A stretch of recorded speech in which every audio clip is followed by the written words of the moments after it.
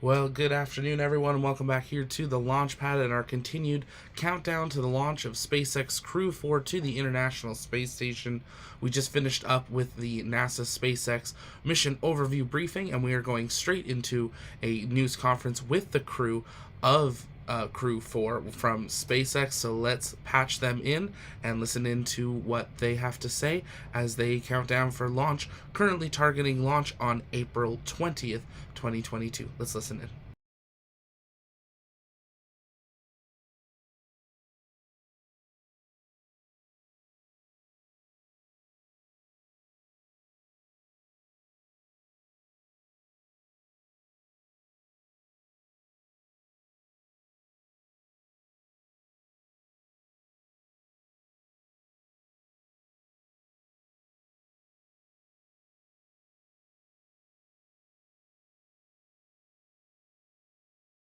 Good afternoon from NASA's Johnson Space Center, and welcome to NASA's SpaceX Crew 4 Crew News Conference. We are joined here today by the 4 astronauts from Crew 4, NASA astronauts Kjell Lindgren, Bob Hines, and Jessica Watkins, as well as European Space Agency astronaut Samantha Cristoforetti. NASA's SpaceX Crew 4 mission is set to launch aboard the Crew Dragon Freedom spacecraft on a Falcon 9 rocket to the International Space Station from Launch Complex 39A at NASA's Kennedy Space Center in Florida. The commander of the Crew 4 mission is Kjell Lindgren, and he is also commander of the Crew Dragon spacecraft. Kjell is responsible for all phases of flight from launch to re-entry, and this will be his second trip to space. Bob Hines is the pilot for the Crew Dragon spacecraft and second in command for the mission. He is responsible for the vehicle's performance and systems, and this will be Bob's first trip to space. Jessica Watkins is a mission specialist for Crew 4. She will work closely with the commander and pilot to monitor the spacecraft systems during the dynamic phases of launch and reentry, and this will be Jessica's first trip to space. Samantha Cristoforetti is also a mission specialist for Crew 4. She will work closely alongside Kjell, Bob, and Jessica, and this will be Samantha's second trip to space. We will be taking questions here in the room and on the phone bridge, and also through social media using the hashtag AskNASA. But before we get to questions, I would like to invite the Crew 4 commander, Kjell Lindgren, to make an opening statement. Take it away, Kjell. Thank you, Dylan. Well, first of all, thank you to everyone that's here in the room today and joining us online and on social media. It's really exciting to have this opportunity to kind of formally talk about what we're going to accomplish on the space station during this upcoming mission. You know, I know that I speak for the entire crew when we say that we are incredibly excited about this opportunity. It is such a privilege to be a part of this team, and we're really excited about launching and getting to the space station to conduct our mission. This is an awesome crew, and so excited to be a part of this this crew with Samantha, Farmer, and Waddy, and then also to have the opportunity. I think Samantha and I are really excited about getting to see Farmer and Waddy launch for the first time, and just to see how they adapt to being in weightlessness and to kind of to realize this lifelong dream. We're excited about launching on a U.S. rocket from Kennedy Space Center. Both Samantha and I had the opportunity to launch previously, and so to do this from Kennedy Space Center, to have family and friends join us in that experience is really a remarkable thing. And we're excited to get to orbit and to conduct this mission, to conduct the science and research to improve life back here on Earth, to conduct the operations to research to help us succeed in our mission to return to the moon and to go on to Mars and extend our presence in the solar system, to do the maintenance and repairs to ensure that we can conduct safe operations on the space station, and really to serve on a team that inspires the next generation for what is possible to do when we work together as an international partnership. So we are really excited to be at the end of our training flow and looking forward to our launch on the 20th. Awesome, thank you, Kjell. So we will go ahead and get started with questions here in the room, on the phone, and on social media. We'd love to take your questions on social media using the hashtag AskNASA. Just a reminder to those on the phone, if you would like to ask a question, please press *1 on your phone or *2 if your question has already been answered. A reminder to folks who are asking questions to the crew, we ask that you keep it to one question for the time being so that we can make sure that we have enough time for everyone, and time permitting, we will circle back for some follow-ups. So let's go ahead with some questions in the room. We'll start with Mark Carreau. Thank you, Mark Carreau, for Aviation Week and Space Technology. Could the appropriate ones talk about some of the spacewalk activity that's planned or that you're prepared to do that could be, significant? Do you want to talk about that? So as it tentatively stands, obviously with everything, it's all subject to change. But as it stands right now, we are slated for two U.S. EVAs. Samantha may get an opportunity to do a Russian EVA. The U.S. EVAs are primarily focused on continuing the replacement or the modernization of the solar array or the power system for the space station, what we call IROSA. And so our EVAs will be what we call IROSA Prep, where we're installing these modification kits that install brackets, which the actual IROSA solar panels will be installed on future EVAs. All right, continuing the questions, let's go to Gina Sinceri from ABC News. Gina Sinceri, ABC News. Before we started, I noticed really you guys seem to get along really well. So the training, who wants to take this? How important is that camaraderie on a mission like this? Yeah, I can answer that.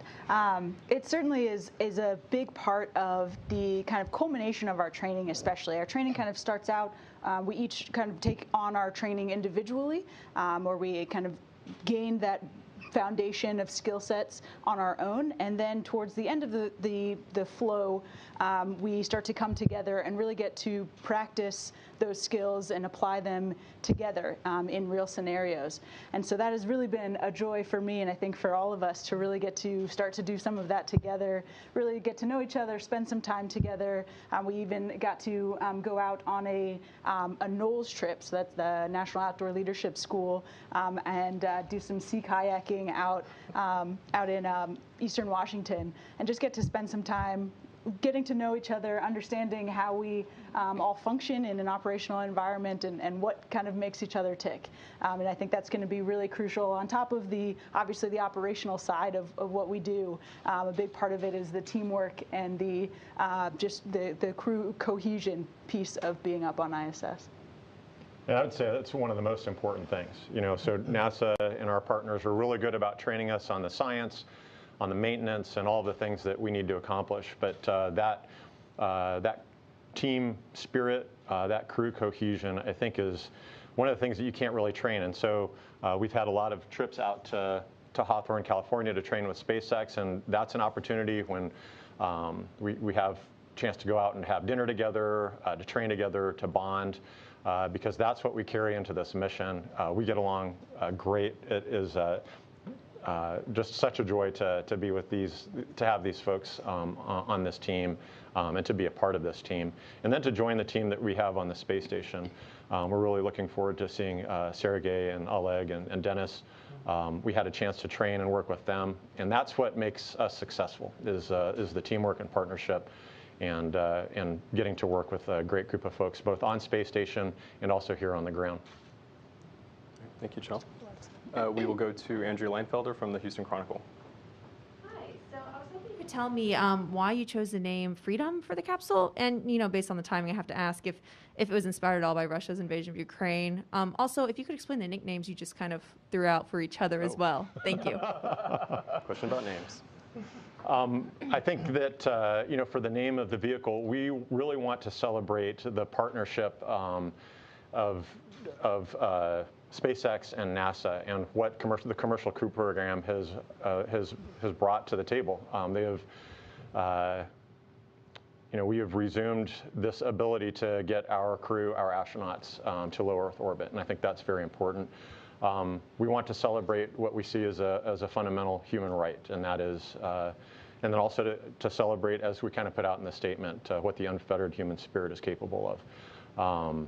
And as also just kind of a reflection on how far we've come. You know, Alan Shepard launched on a Mercury Redstone. There's one parked out on Rocket Park as you come into Johnson Space Center, and to see that first launch of Freedom 7 and to see where we are today is really a remarkable thing. And so we wanted to celebrate freedom for a new generation of space flyers. And nicknames, right? Oh yeah, nicknames.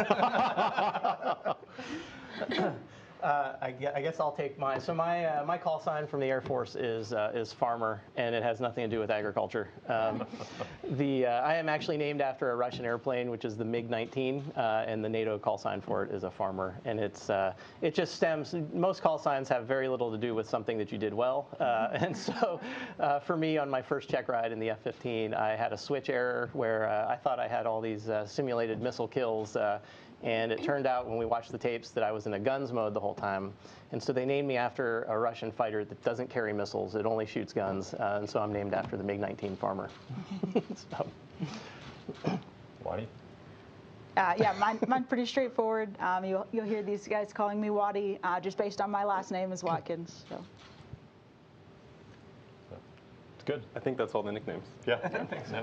All right, guys. So we are going to go ahead and start taking some questions from the phone bridge. A reminder, if you would like to ask a question, please press *1 to be added to the queue, or press *2 if your question has already been answered. For those on the phone, please also make sure to state your name and your outlet, and please state who your question is for. So let's go ahead and take the first question from Robert Perlman with Collect Space.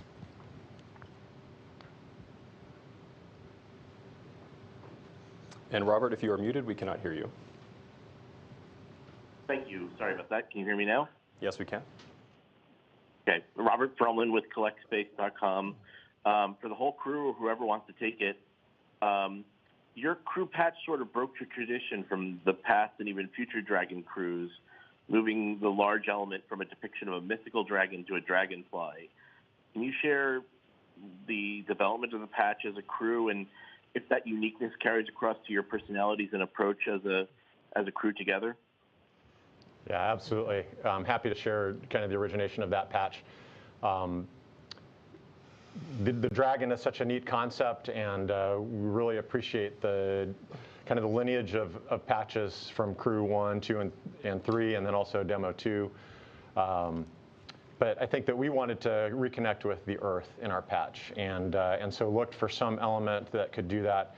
And what better element than a namesake of a Dragonfly, a beautiful and agile flyer, and also, you know, in many cultures a sign of good fortune. And so we made that the centerpiece of our patch, and part of it also was as a kind of a call out to the launch team at Kennedy Space Center, the SpaceX team.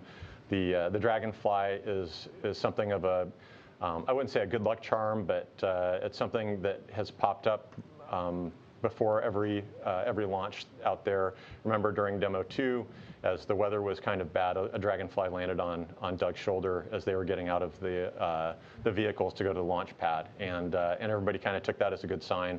I actually got to serve as an astronaut support person for Crew 1's launch. I was out at the launch gantry and saw a Dragonfly land on the crew arm, and subsequent launches that I haven't been able to attend. Folks from the support team have sent me photos of the Dragonfly as they've landed in preparation for launch. So we really wanted to highlight that aspect as well, and then I think even better, the patch was designed by my daughter. So yeah, we were really excited about the designs that she came up with. I didn't actually tell these guys when I presented the art to them. I just said, hey, here's some versions of the patch, and I think we all fell in love. We loved all of them, but really fell in love with the one that we ultimately went with, and we really appreciate the great response that the patch has had as well. I saw a Dragonfly while we were walking in today, actually. Oh, great. Yeah, it's in good shape. And that's the other cool thing, is that there's something that, I mean, just like that, like as you're walking around, you see a Dragonfly. It's something that just warms your heart a little bit. All right. We will take our next question from Marcia Dunn with the Associated Press.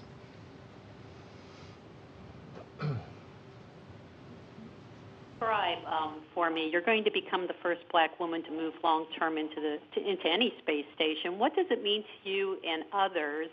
Why do you think it's taken until 2022 to achieve? And Samantha, if you could also please talk about your take on being the lone woman in ESA's astronaut corps. Thank you very much.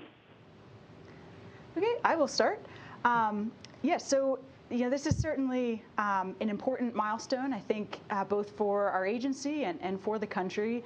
And I think it really is just a tribute to the legacy of the black women astronauts that have come before me, as well as to the exciting future ahead. And so I'm just honored to be a small part of that legacy moving forward. For me, growing up, it was important to me to have role models in roles that I aspire to be in, contributing in ways I aspire to contribute. So to the extent that I'm able to do that, I'm honored and grateful for the opportunity to return the favor. But we're just super excited to be a part of this crew and to execute the mission together. Yeah, and from my side, that condition that you mentioned about me being the only woman in the European Astronaut Corps is bound to end very soon, and we are in the process of selecting a new class of astronauts. We had a huge response across all ESA member states. I think we got well over 20,000 solid valid applications. We are well into that process of selection now. I think we got a great response also from young female professionals across the continent compared to my selection back in 2009, where female applicants were only about 15-16%. I think we're about 25% now. And so we definitely expect to have some great female colleagues by the end of the year, and I'm very much looking forward to that. Okay. Our next question comes from Paul Brinkman with Aerospace America. Hi, yes, thanks for taking my question. I was wondering if one of you, I guess astronaut Lindgren, could you just talk about the fact that this is a new Dragon? Are you aware of any new features that are on this Dragon that may have been added? And then what your training experience was like training for the Dragon? Thanks. Yeah, thank you for that question. The training experience has been phenomenal, and I have somewhat of a unique perspective as I kind of joined that team several years ago, almost 4 years ago, as the backup for Bob and Doug and as the backup for Ike and Hopper for Crew 1. And so I've been working with that team, training with that team, a part of the test and development initially, and then really watched the training process mature over time. And so it's been a lot of fun to go through that training formally with this crew and to experience it firsthand. In terms of new capabilities, that is, I think, one of the really cool things that SpaceX brings to the table is that they are constantly trying to improve and to make things more efficient. I think the teams that we work with are always listening to our feedback and want to make things better. And so I think that a couple of things that come to mind. One, just in terms of our communications system within the vehicle, Vox is something that controls kind of the level of static. And so we have some visual indicators of how to set that now that just kind of take the guesswork out and make things, I think maybe we save a couple of minutes, but those are important minutes and kind of minimize some frustration. That was great. I think our favorite thing, though, is that we have USB charging ports in the spacecraft. This is something that goes to low Earth orbit and is going to get us to the space station, and I'm talking about USB ports. But yeah, it's the little things. Next coffee maker. No Wi-Fi, though. But we have tablets as a part that have some of our reference material on it, and so the ability to charge those tablets just, again, takes away this idea that we have to really monitor the use of the tablet to maintain the battery charging And so those USB ports actually were a product of the Inspiration 4 mission. And so some of their private missions have fed capabilities into the NASA missions. And again, I think that this is just really demonstrates the power and agility of this commercial partnership through the Commercial Crew Program and the benefits that feed back to NASA as a result. Yeah, 100% agree. I had the opportunity to participate in some of the verification events early on as well. Not quite as early on as Chell did, but to watch the vehicle evolve over time and see the improvements that they have brought on board, especially in the human factors realm. Their willingness to listen, and even if we're just kind of spitballing something that could be an improvement, they'll come back to us a couple months later and say, hey, we heard you say this, and this is the thing we're working on. And it's been pretty amazing to watch them and work with them and really grow this partnership and see what we're able to do together. So it's been awesome. Thanks, guys. Our next question is going to come from Michelle with CBS 4 News. Hi, I'm Michelle Griego with CBS 4 in Denver, and I just want to congratulate all of you, but this question is for Jessica Watkins. We are very excited that somebody who is from Colorado is going up into space, and I just wanted to ask, or wanted to see if you could just talk about your connection to Colorado. I know your family still lives here, and also you touched on this historic mission and this important milestone for the agency and the country, but if you could just talk maybe to young girls out there who are wanting to get into science, and especially girls of color, how important that is and what the need is. Yes, absolutely. So yes, first of all, I'm super excited to represent Colorado with Chell as well. I attended CU. But my family, as you mentioned, lives in Boulder. That's where I grew up, went to high school there, went to Fairview High School in Boulder. And Colorado has a pretty good showing in the astronaut corps, actually, with quite a bit of representation. So I'm happy to add my name to the list and try to represent you all well. For your second question, yes, I certainly would encourage any young girls, young children of color, young children in general, to find something that you love and just pursue that relentlessly. For this job in particular, we're looking at the STEM fields, so science, technology, engineering, mathematics, but anything within that realm. Yeah, that's actually a pretty broad category to find something that you really love and just seek out opportunities to do that.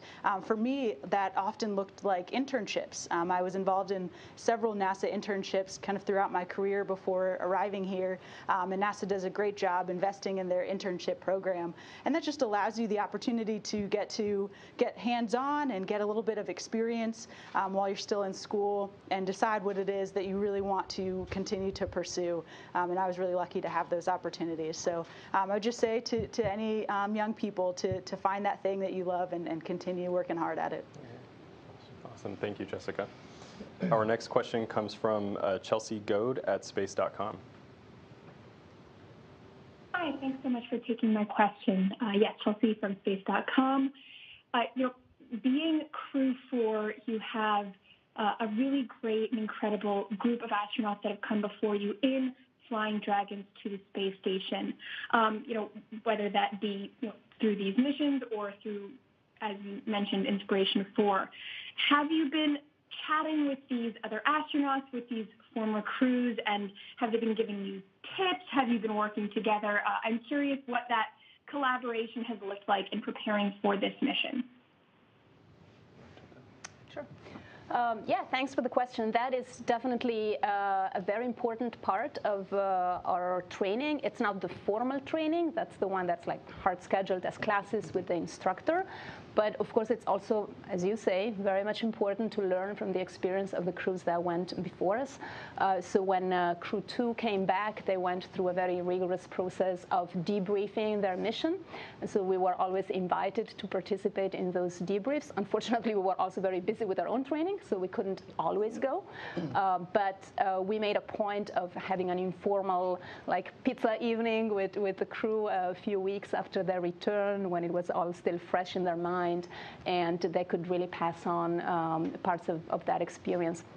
A lot of it has been really how it is to, the parts that are really a little bit more difficult to actually train in the formal training and the simulator. So how is it to live for a certain amount of time inside Dragon on the way to space station? How's the habitability of the vehicle? How do you actually sleep? How do you use the toilet? How do all those things, those practical things worked out? How about eating? How about stowage?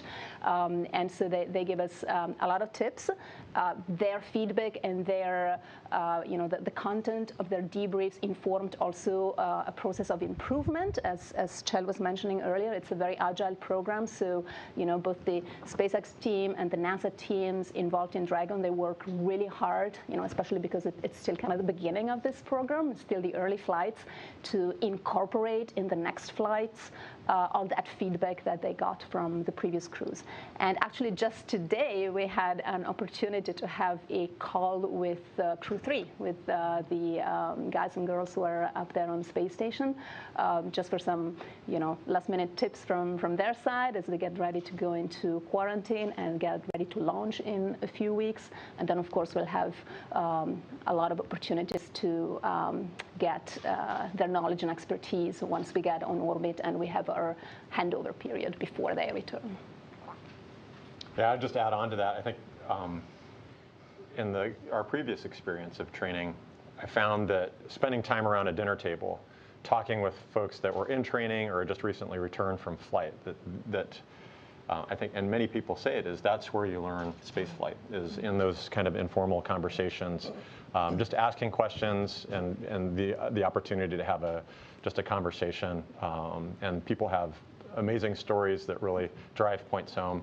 And you kind of I remember I was tucking those little pearls away for my own flight. And so I think that's something that we really try, as the Knowles expedition that Wadi talked about, really try to find opportunities where we can gather as our own crew, and then gather with members of the team that works here in Mission Control, or with our international partners or our commercial partners, and then also to gather with other crews to be able to share kind of those tips and tricks. It's really, really important. Okay, our next question comes from Russell Pounds with Pacific Rim Media. Good morning and greetings from Alaska. This is Russell Pounds with Pacific Rim Media, and my question is for Jessica. I wanted to hear from you about mentors today, and you spoke about internships when you were older a few minutes ago, but can you recall an early story about a person who helped you discover your inner explorer and what age that first took place? Thanks. Yeah, absolutely. Mentors have always been kind of a force that has continued me along a pathway and helped me decide and determine what that pathway would be kind of along the way. But I think having different mentors, of throughout your career has been instrumental for me in terms of getting where I am today. Certainly, I've had many teachers, science teachers, of course, at a young age in elementary school, and I remember. Again, a lot of those mentorships, came with opportunities to be able to go out on field trips or go look at interesting things in the lab that really kind of sparked my interest and kind of fueled my fire along the way. I also have had many coaches along my kind of career, athletically as well as academically, that have also helped kind of guide me and shape me and mold me, if you will, as a whole human, which I think is a really important piece of what we do here now, and also getting to be here is being able to have all aspects of yourself be kind of diverse and making sure that you are involved in many different things so that your whole self is kind of being fed. Those were definitely lessons that I've learned from mentors along the way, and I'm really grateful for all those people in my life. My family and friends as well. Hi, Mom. They made a great human.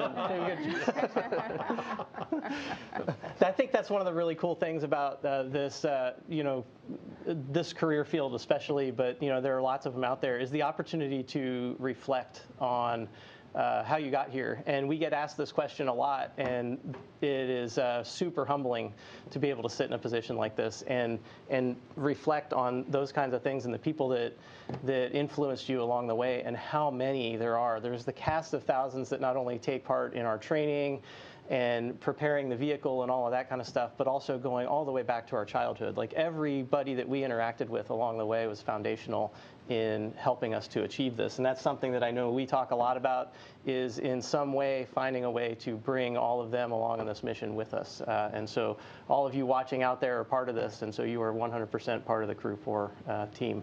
Absolutely. That is awesome. That's where your class name came from, even. That's right. Turtles. That's right. Yeah. All right, our next question comes from David Curley with Discovery News. Thanks very much. David Curley from the Discovery Channel. For the spacewalkers, can you talk a little bit about the EMUs? They're long past their sell-by date. I would assume the practice suits at JSC might be a little bit more worn. Give us a sense of what it's like getting into one of these well-used suits. We talked about the water issue in the last news conference about the last spacewalk. And have any of you had anything to do with XEMU development? And can you tell us what you've told folks? Thank you. I'll just start out and say, when you think about the EMU, this extravehicular mobility unit, it is, I think, a modern miracle of engineering. When you put this spacesuit on, it is a miniature spacecraft.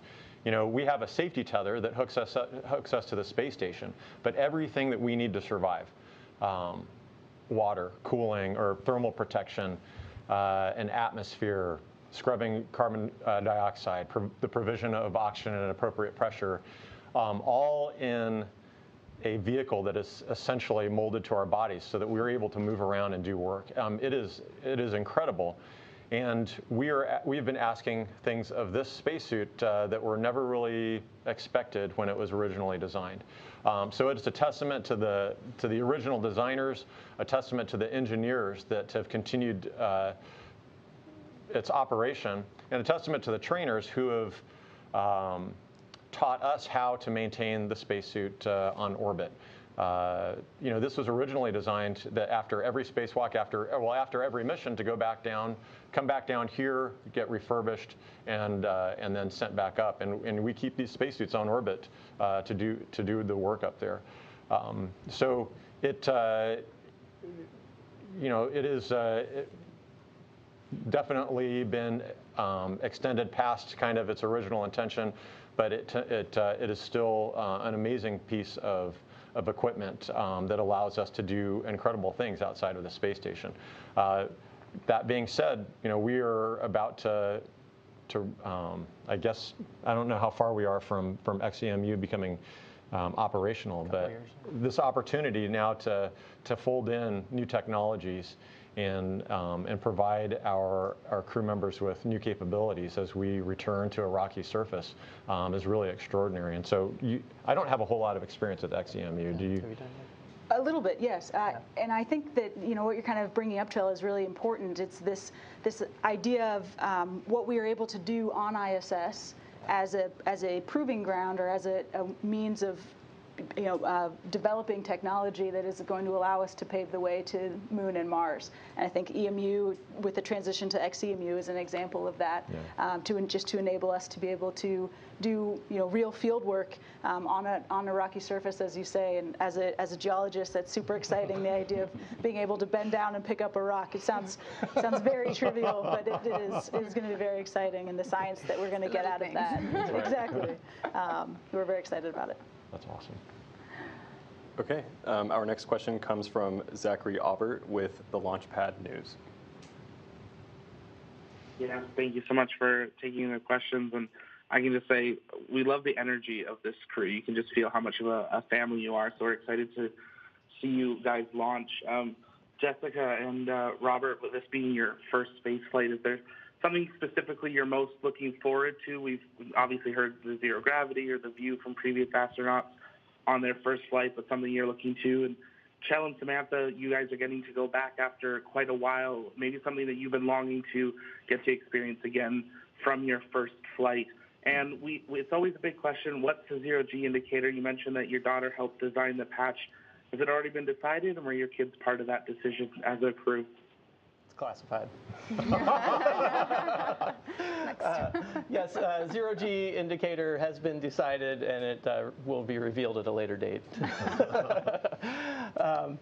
Yes, this is my first flight, Wadi's as well, and obviously I'm sure we're both really excited. I'm really excited. This is a boyhood dream, obviously, and so that whole culmination of that is really exciting.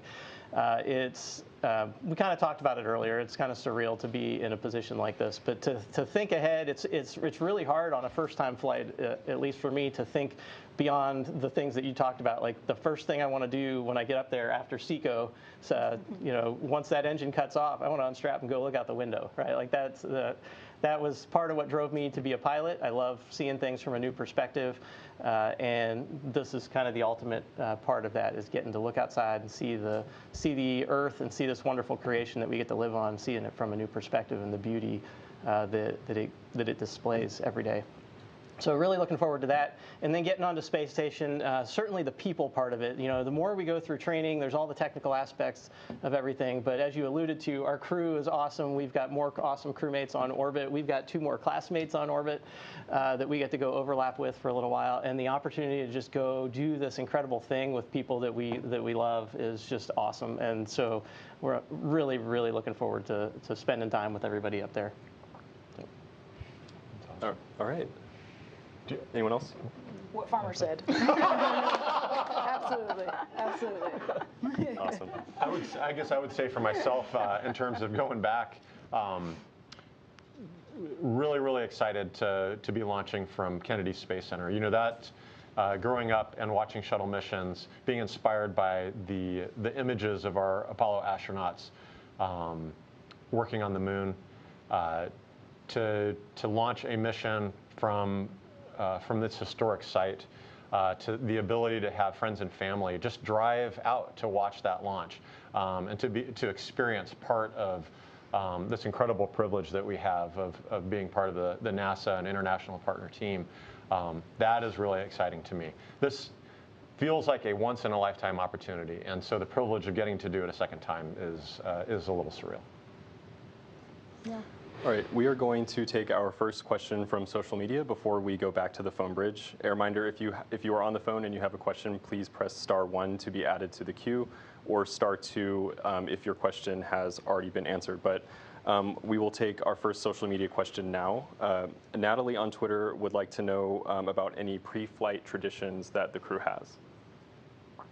Well, Wadi and I are first-time flyers. We don't have any traditions. The great thing about being a veteran flyer is that we get to make up traditions and tell them, yeah, you totally have to do that. I think they're onto us, though. I think the rookies have to get dinner for the day. The rookies pay for everything. You didn't know that? One tradition that I actually had from my last mission was to launch some model rockets with the family. And so I think that that's something that we'd like to do as we're with our families at KSC getting ready for our flight. Just being on the beach and launching some model rockets together, I think is something that I think we're going to do. Yeah. Samantha? Yeah, well, I'm looking forward to learning about these new traditions. I mean, on my first flight, just like Chell, we flew out of Baikonur, and that's a place that's really steeped in traditions. It's almost like being part of this ritual path towards launch. Like, as you approach launch, you just really go through those milestones that every other crew has gone through since, possibly Yuri Gagarin. And I like that. I mean, it was, I think in some ways it took the the burden away of this momentous event that was coming. You know, you got excited about it, but because you were going through all this ritual steps, it kind of felt, yeah, ritualized. You know, it felt like you were just repeating like something that had happened before. Yeah. Exactly. And so, you know, I think from Canada it will be very much the same, but it's my first time launching from there, and so just like you, I'm looking forward to discovering those traditions. And I think the prior crews, having worked with Bob and Doug and Ike and Hopper and some of the subsequent crews, they really felt that. They recognize that this is a historic thing that we're embarking upon, launching in a new rocket. And so I think that they thought a lot about, hey, what are some previous traditions, and do we borrow from those, and do we borrow from our Soyuz experience too? Because that's very much a part of our spaceflight experience. And so I think that we've tried to introduce new traditions as we've gone along, and then I think we've heard that some crews have done some things, and we're like, yeah, I don't think we're going to do that. I think, as a first-time flyer, launching from KSC is a tradition in and of itself for us. And so the opportunity to go do that is pretty amazing. I remember my first time being at the Cape and going into crew quarters, and I was with I actually wasn't an astronaut at the time. I was an instructor pilot. And we were in crew quarters, and we dropped a bunch of bags off, and we ran back outside, and everybody got in the rental cars. And I had this surreal moment of like, those metal doors I just walked through are the doors that I've watched the astronauts come out and get in the Astrovan from. And I just had this moment where I'm like, somebody has to take my picture in front of this door right now. And they're like, we're hungry, get in the car. And so like just being part of that whole process of launching from the Cape and the history that is down there is just amazing. And so it's really exciting to get to be a part of that. Thank you. We are going to go back to the phone bridge. We will take a question from Kenneth Chang from the New York Times. Hello. You've all been talking about camaraderie and teamwork.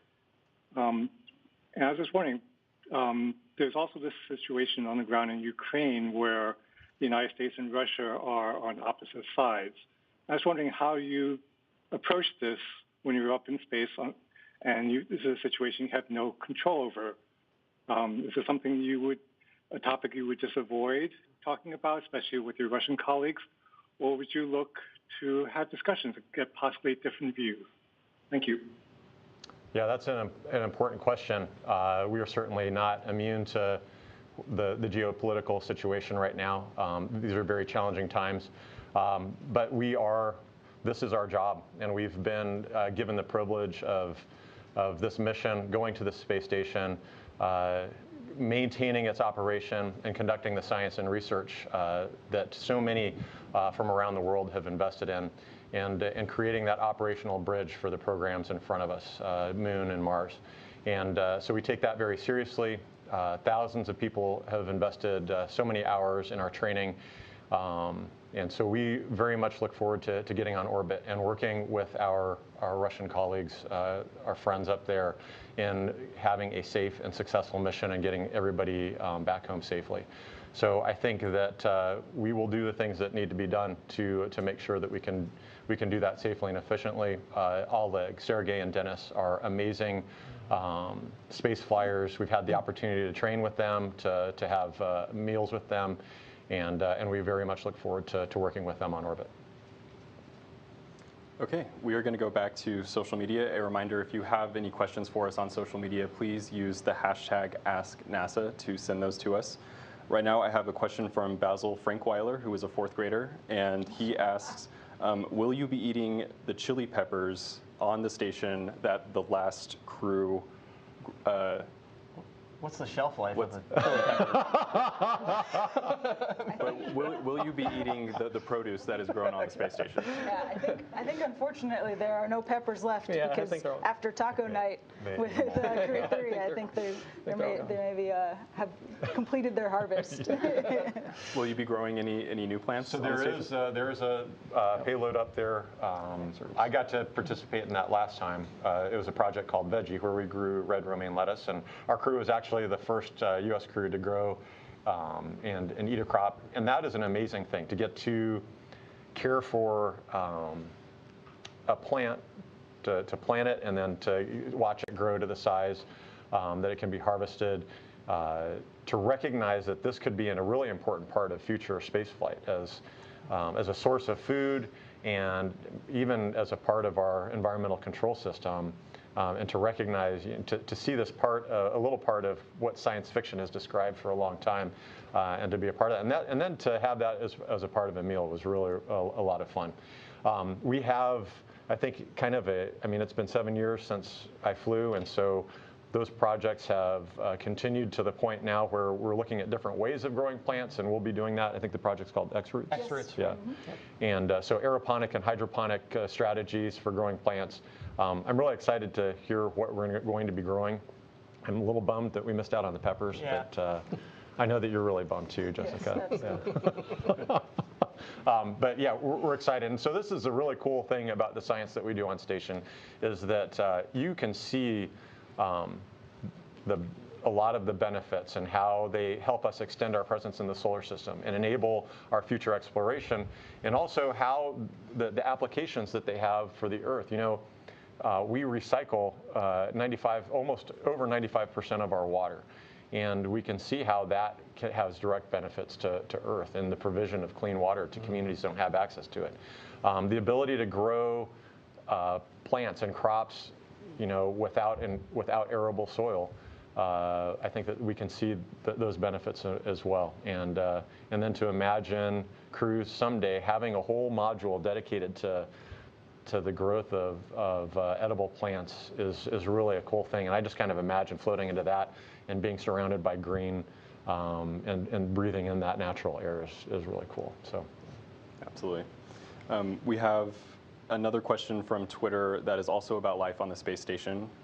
Karen asks how often station astronauts are allowed to talk to loved ones. I haven't been there yet, but I'm told. So coming out of the military, one of the things that I've identified, in terms of, I guess, my baseline for what I know of keeping in touch with family was we would get one 15-minute phone call every week, and it was monitored, and there was somebody that would come on every 5 minutes and give you a countdown, and then the last minute. It is not at all like that. And from my understanding is it's even better from when these two were up there, when they had to walk uphill both ways in the snow to get to the station. But we have an IP phone. We're able to call our families pretty often, and then we get roughly once a week the opportunity to have a video conference with our families back home, which I think is really, really important. It's a good way to stay connected. Everybody is familiar with the different video chat type technologies that are out there. And so to be able to have that and still stay, I have 3 daughters at home, and so to be able to stay connected with them, and maybe they'll carry around the iPad a little bit while they're doing something, hopefully not swimming, but to just stay connected with the things that are going on at the house is pretty special. And so I think it will be, I'll find it easier than the military deployments that we did, definitely. Yeah, we certainly get truly spoiled by the ground team here at JSC and across NASA. They take really good care of us, and we're super lucky to be a part of that team. Yeah. Okay, thanks, guys. All right, I think now we will take one more follow-up from the phone bridge. We will pass it to David Curley from Discovery Channel. Thank you very much for the second question. Jill, this is for you. It's going to sound like a follow-on from Kenneth Chang's question about Ukraine, but it's really not. It's about space culture. Christina Cook has talked a little bit about this. Can you? And secondly, did you pick the picture with the straight face in the crew photo? Man, I have gotten so much grief from these guys. I know. You planted that question, didn't you? Of the 4 of us, the one person who's not smiling should not be Chell. That's the hilarious part about it. I did pick that picture. I don't know. I didn't like the pictures of me smiling. So, and I asked my wife, and she's usually, she gave me a thumbs up. So It's the most important one. I know. Yeah, my wife said that it was good. So you guys will all have to deal with it. That's right. And I missed the first half of that question. The culture. Oh, yeah. We get to. That's one of the cool things about this is that we are a part of that culture. And of course, as newcomers to the station when we arrive, there is a culture that has been established by the team that is already there. And so, of course, we want to be good team members, and we want to respect the culture that has been established. For my past flight, when I arrived, Scott Kelly was already on station, so he really kind of established the culture that Kimia, my Japanese crewmate, and I came into, and it was great. You know, this time around, we will be coming into a culture that's been established by Crew 3 and our Russian crewmates. But within a few days, you know, Crew 3 will leave, and so we'll have the opportunity to make decisions about, hey, we really want to eat lunch together, and so let's ask the ground about trying to get our schedules situated so that we can do that. Or we really want to protect this time, and so I think that we've gotten to know each other really well, and I think that we'll make some decisions along the lines of what we think works best for our crew and works best with our Russian colleagues as well. And we have the privilege of Samantha serving as our USOS lead during this mission, and so you know that she's going to be talking with the ground and kind of advocating for a lot of those things as we progress through our mission. You know, cultures are malleable and changeable, and so I think that we have this unique opportunity to adjust that to make sure that we're working efficiently and having a good time while we're doing it. Thanks, Jill. All right, I think we have some time for a few follow-ups here in the room, so we'll go to Mark Carreau. Thank you, Mark Carreau, Aviation Week. In December of 2020, two of you were selected for the Artemis team, and I'm wondering what this mission means to you and that prospect in the years ahead. Thank you. I think three of you were selected for Artemis. Two. Yeah. Sorry. No worries. Yes, no, so certainly, you know, we kind of touched on how this mission and how the mission of the ISS overall really is kind of paving the way to enable the success of the Artemis program. Certainly in terms of technology, developing robotics and other technologies that will allow that, including thinking about radiation protection. Those are experiments that are ongoing on station to help solve that problem, as well as kind of the operational capabilities, learning how to work together on board, but also with the ground team, especially a ground team that might be a little bit less accessible than the one is currently for us on ISS. So that's an ongoing kind of question and something that we're pursuing as well. And then there's the human research aspect as well. So getting to do science on ourselves, on each other, and learn, Trust me. You know, learn how the human body responds to long duration space flight and ways that we can help mitigate any negative effects. So thinking about exercise, for example, we've made huge gains in terms of reducing bone loss when we return to Earth, those types of things. So I think all of those kind of incremental progress that we have made over the course of ISS and that we'll contribute to during our mission will really enable us to be successful in Artemis. And what an amazing time to be a part of NASA. Like I feel like we won the lottery. We have a program. I mean, we have Artemis and we have Orion and we have a human landing system programs that are figuring out ways to get our astronauts and our partners to the moon and landing on the moon and with Mars in our sights.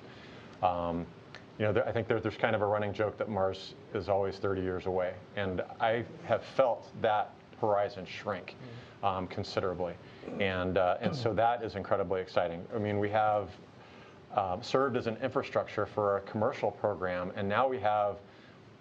I mean, it just seems like there are rocket companies launching every week, and a robust program to get cargo to the space station, and all these commercial companies that are vying to be a part of our return to the moon.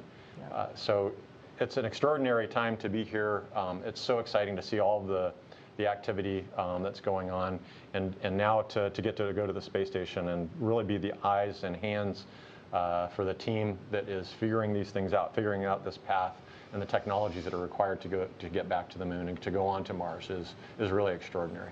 Yeah, you know, historically you look at it, and we were a very a strand of things, right? Mercury, Gemini, Apollo, Soyuz, and then shuttle. And now it's a web, right? Like it is a web. Space industry is just incredible. And as NASA pivots to the moon and Mars, that pivot point is space station. All right, so all that technology is going to space station where we develop it and refine it before we pivot and send it off to the moon and then eventually to Mars. So it's an incredible time to be here. That will all be illustrated quite profoundly when we get to watch Artemis 1 launch from on board. Yeah. So if you guys can put in a plug so that our, it just works out that we're over Florida somewhere when Artemis launches, that would be awesome. I'd like that shot. That would be amazing. That would be amazing. That was one of the coolest things actually during my last mission. Our pointing folks and the folks that are kind of tracking our orbital path would send up notes saying, hey, we have a Soyuz launch or a Progress launch or a Cygnus launch. If you look out this window at this time, you should be able to see it. And I never really thought that that was possible, that you could actually see those launches. And yet one night, so we knew that there was a Progress launch. It was dark over Kazakhstan. We all got into the cupola together and we're watching the ground. And I mean, sure enough, we saw a little dot, kind of where we thought Baikonur would be. And then we saw that light blossom.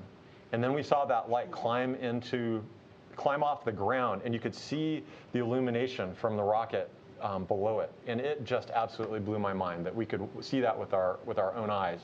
And then just watch that dot climb up, and we had passed over the top at that time and watched it climb up through the horizon.